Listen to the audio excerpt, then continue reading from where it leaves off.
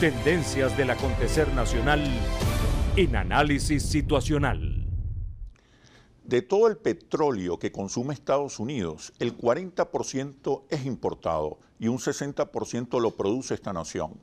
Lo que usted no sabe es que el 65% de ese 40% de petróleo importado proviene principalmente de Canadá, Venezuela y otros países del continente americano. Solo 35% llega de los pozos del Medio Oriente y el Golfo Pérsico.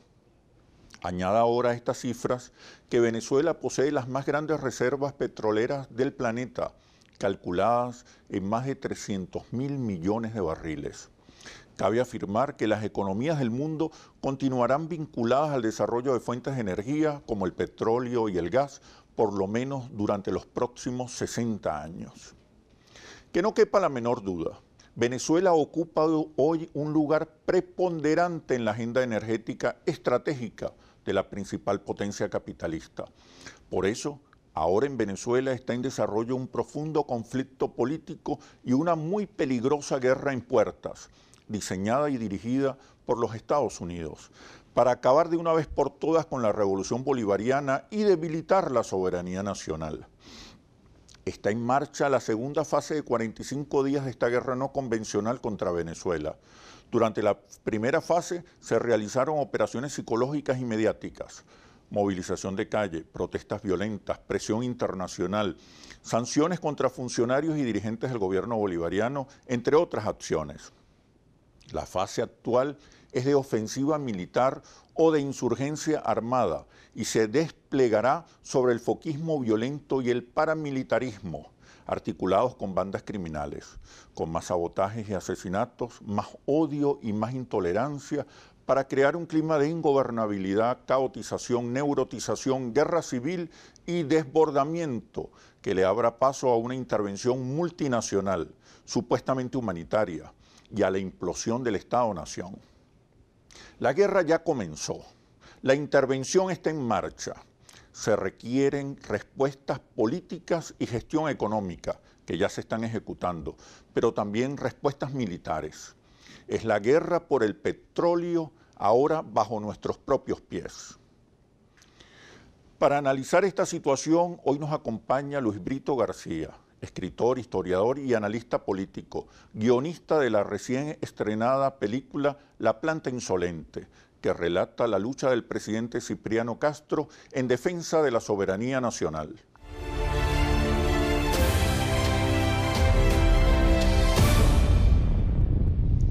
Bienvenido, Luis. ¿Cómo estás? Bueno, muy bien. Eres el autor del guión de la película que recién se estrenó, La Planta Insolente. ¿Hay algún paralelismo que podamos destacar entre aquellos hechos y la situación actual de Venezuela? Total. En ese momento, una coalición de los banqueros, los acreedores de la deuda y la oligarquía de los caudillos locales se juntan en una revolución mal llamada libertadora contra Cipriano Castro. Con 15.000 peones en sus actos, los llevan a morir en eso. Cipriano los derrota con una fuerza de voluntarios de 5.000. Pero entonces esta contrarrevolución llama en su auxilio a las potencias europeas cuyas transnacionales tenían reclamaciones contra Venezuela. Y entonces entre Alemania, Inglaterra e Italia reúnen una flota de 15 acorazados que bloquea nuestras costas, destruye nuestras unidades navales, bombardea nuestros pueblos, desembarca, incendia dependencias públicas, etc. Entonces, evidentemente, ¿por qué era esto? En primer lugar, bueno, porque querían apuntalar el cobro de reclamaciones injustas. Las reclamaciones después del incidente fueron reducidas a la sexta parte, lo que quiere decir que gran parte de ellas eran absolutamente injustas. Pero había otro elemento. Estaba a punto de empezar la apertura del Canal de Panamá. Estados Unidos incluso había promovido la secesión de Panamá de Colombia para tener un paso, y a las potencias europeas les interesaba tener enclaves estratégicos cerca de ese canal. Es más, la intervención contra Cipriano Castro, Cipriano estaba tratando de reeditar la Gran Colombia en unión con el Partido Liberal Colombiano, con Alfaro, un gran dirigente progresista en Ecuador, y con Zelaya en Nicaragua. Estaba intentando, y una de las finalidades de la Gran Colombia era dominar los pasos interoceánicos que se hicieran por Panamá. Es decir, Luis, que no era solamente el cobro de una deuda, había objetivos geopolíticos. Pero me respondes cuando regresemos de los comerciales. Ya venimos. ¿Qué sucede en el país? Tendencias del acontecer nacional en Análisis Situacional. Te preguntaba, Luis, que el objetivo no era solo cobrar una deuda, ni siquiera eso. Había objetivos geopolíticos para principios de siglo. Muy preciso. Alemania quería, se mencionó mucho eso, tener un enclave territorial en Venezuela para dominar las rutas hacia el canal. Y es más, había quizás la posibilidad de que las potencias imperiales intentaran obtener colonias en América Latina y el Caribe, no hubieran tenido que hacer la Primera Guerra Mundial. Alemania se había entrado tardíamente a la carrera imperial, no tenía colonias.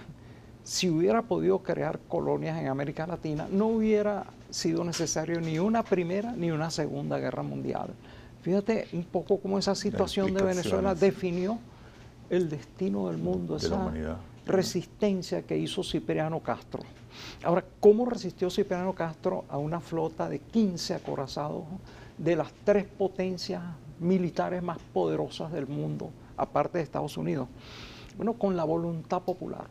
Él llamó a los voluntarios con esa célebre proclama: la planta insolente del extranjero ha profanado el sagrado suelo de la patria.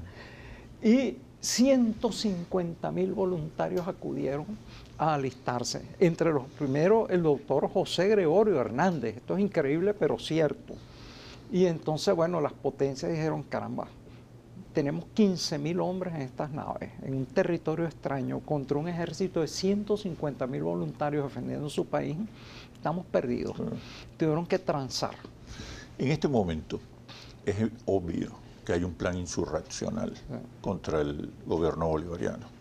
Es el cuarta intentona insurreccional en lo que va de periodo constitucional del presidente Nicolás Maduro.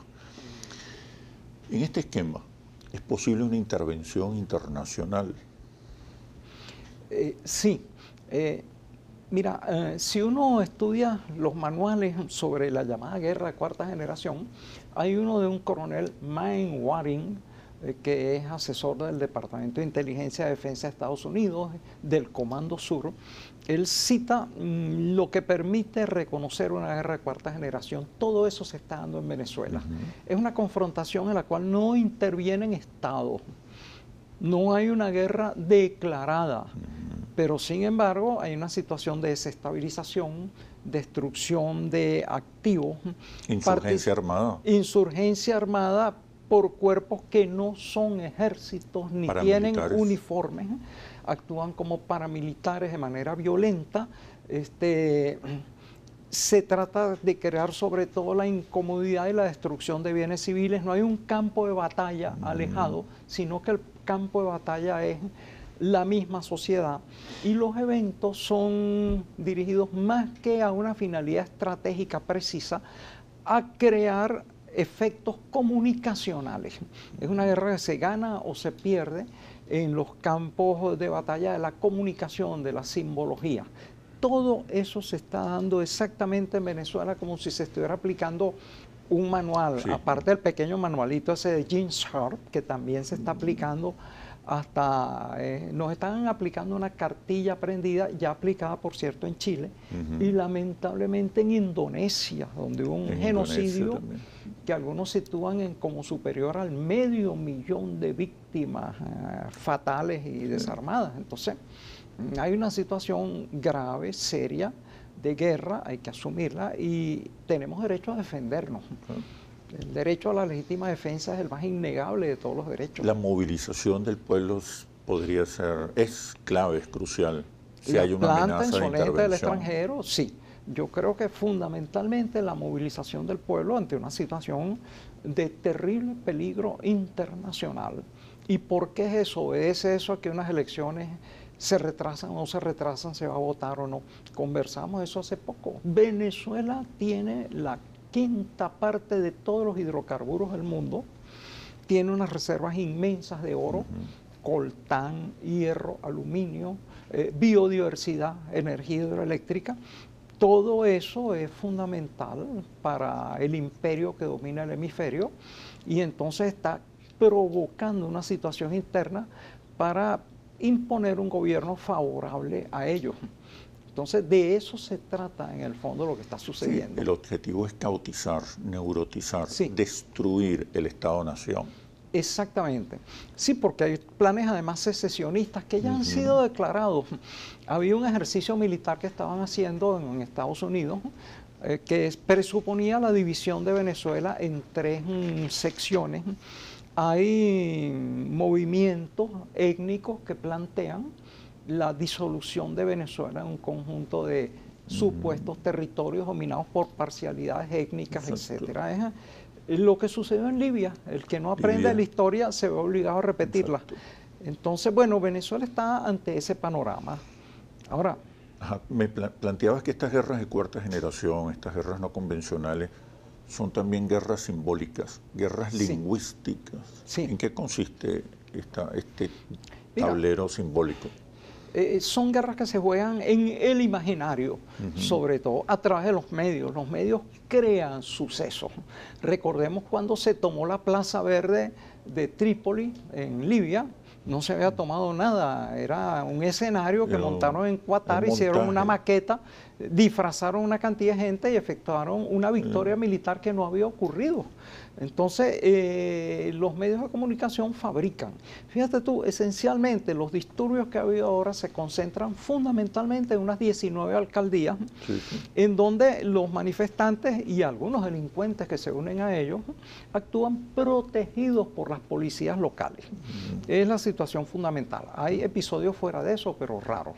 Ahora, los medios intentan multiplicar eso para fingir ante el exterior y ante el propio país que hay una rebelión en todo el país, ¿no? Venezuela tiene 335 alcaldías. 19 alcaldías son un sector insignificante de lo que es Venezuela. Son alcaldías en zonas muy elitescas, la muy mayoría. específicas de clase media alta, con aspiraciones de clase media alta. Entonces, y además, los efectos de eso es que se ponen presos ellos mismos, bloquean los accesos de entrada y salida. Entonces, la propia clase media alta o con aspiraciones altas queda presa allí, la afectada es ella, pero eso se trata de representar ante los medios como una sublevación popular y masiva en todo el país. No son ninguna de esas cosas, ni es popular, ocurre en sectores de clase media y muchos de los que participan en ella son paramilitares o delincuentes, ni es generalizada porque ocurre nada más en 19 municipios, ni es sublevación porque resulta que la policía local protege a los que perturban y cometen actos de terrorismo. Sí, pero como bien decías, no hace falta que estas protestas o esta insurrección sea popular. Lo importante es desintegrar, caotizar, neurotizar, crear un clima para una eventual ruptura, desbordamiento. Y están apareciendo, Luis, nuevos símbolos, escudos, desnudos, linchamientos. ¿Qué sentido tienen estos nuevos códigos? Sí, lo más grave de eso, primero dentro de esos escudos además hay unas cruces que evocan ciertas desagradables cruces que se utilizaron en Europa. Bueno, hay el uso de sustancias pestilentes, pero lo grave allí son ciertos linchamientos, atentados contra la persona humana injustificadas. Prenderle fuego a una persona viviente, además porque es de un determinado color o porque se sospecha después, eso es espantoso, eso va más allá, eso es para crear el pánico. Es decir, la muerte de una persona es muy sensible, pero no tiene efecto, pero una muerte horripilante crea el pavor, crea la conmoción y además difunde la idea de que el poder no tiene control sobre la situación, que el terrorismo tiene objetivos muy selectos que en realidad estratégicamente no conmocionan, pero crean esa impresión. Es decir, el terrorista dice, fíjense cómo el Estado no tiene control. Sí. Y todo se permite, todo es posible, todo es posible porque no hay un poder efectivo. Exacto. Es decir, es el mensaje brutal que lanza el terrorismo. Ya no existe el gobierno, por lo tanto hay que crear otro. Exacto. Ese es el mensaje fundamental. El gobierno bolivariano está trabajando en distintos escenarios, en distintos tableros.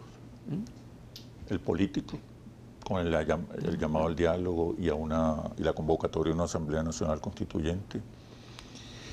El tablero militar y el tablero comunicacional. Sí. Quiero que hablemos un poco del tablero político y específicamente de la convocatoria a una Asamblea Constituyente, pero cuando regresemos a los comerciales. Ya venimos. ¿Qué sucede en el país? Tendencias del acontecer nacional en el país.